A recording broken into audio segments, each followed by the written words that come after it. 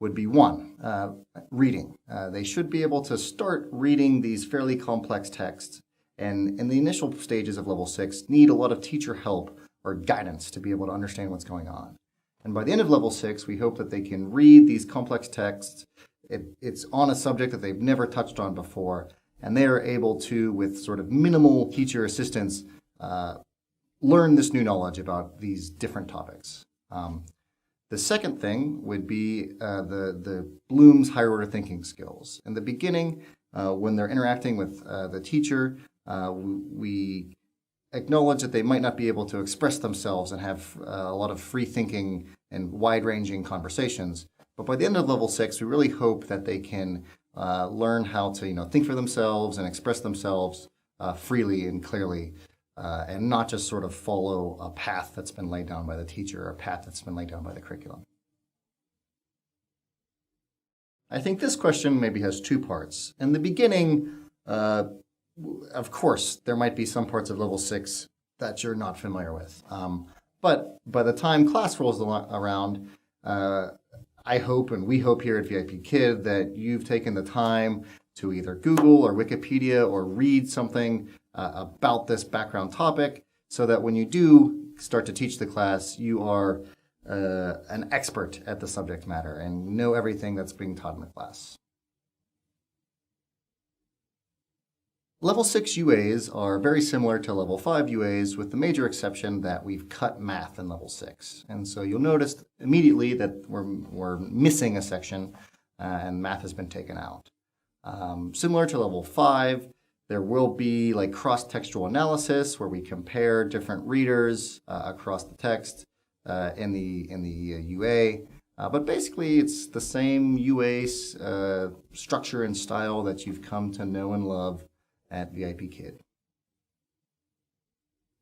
The one thing I really wanted to emphasize with level 6 is that the students should definitely be given the ability to sort of talk freely and think freely and speak freely and have a natural dialogue with the teacher. While in other levels it was important to sort of stick, or more important, to stick with the content on the actual slide itself, for level 6 we really hope that the teacher and student can sometimes sort of go their own way and give the student the chance to use those Bloom's higher order thinking skills and really express themselves.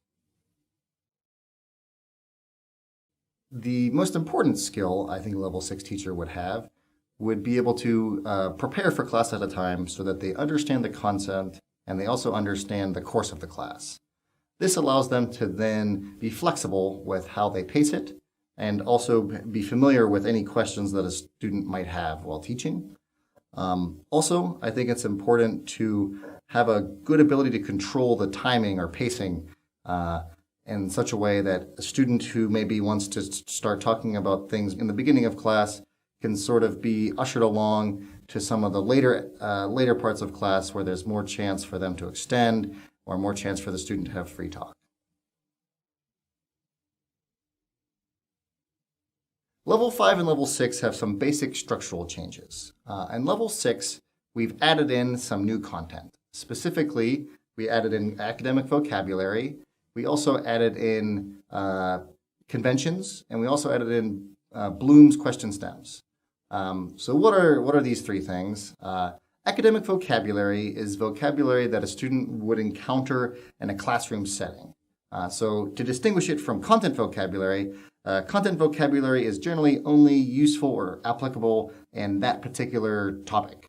But an academic vocabulary, like something like plot or theme or climax or something like that, that can be applied to all stories across all language arts. The next thing we added was conventions. Conventions replaced grammar, and grammar and conventions have a lot of similarities.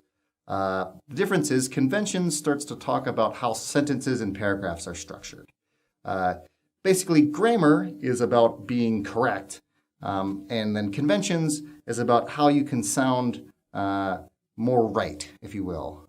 It's about sounding natural, using the correct words, the correct tone, and the right for the right sort of situation that you're in.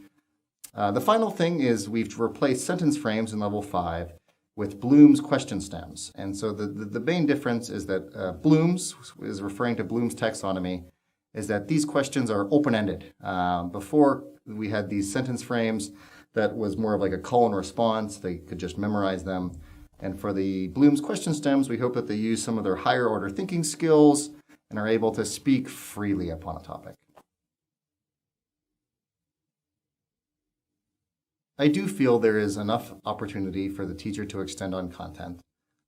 If the class has been paced correctly, or there has been the simple content has been gone through quickly, there is plenty of extension content that can be had at the end of the lesson. We generally keep some Bloom's higher order thinking skills questions at the end, or some free talk of some sort. And that would be the time when you get to the final slides where the student can really extend on the topic that they've been covering, and you really get to see their creativity towards the end of class. The first step of preparation would be to read through the PowerPoint in and of itself and get an idea about what content is being taught and in what order it will be taught, and get an idea of how you should pace the class. Next, if there's anything you don't understand or anything that you're not familiar with, maybe go and Google it or look on Wikipedia and get some background knowledge of the Level 6 theme or topic. And then finally, if you can, look up what content they have learned in the previous lesson or two. And that way you can, A, be able to incorporate that prior knowledge into the lesson that you're teaching, and B, you won't try to teach something for a long time that they're already been taught or already familiar with.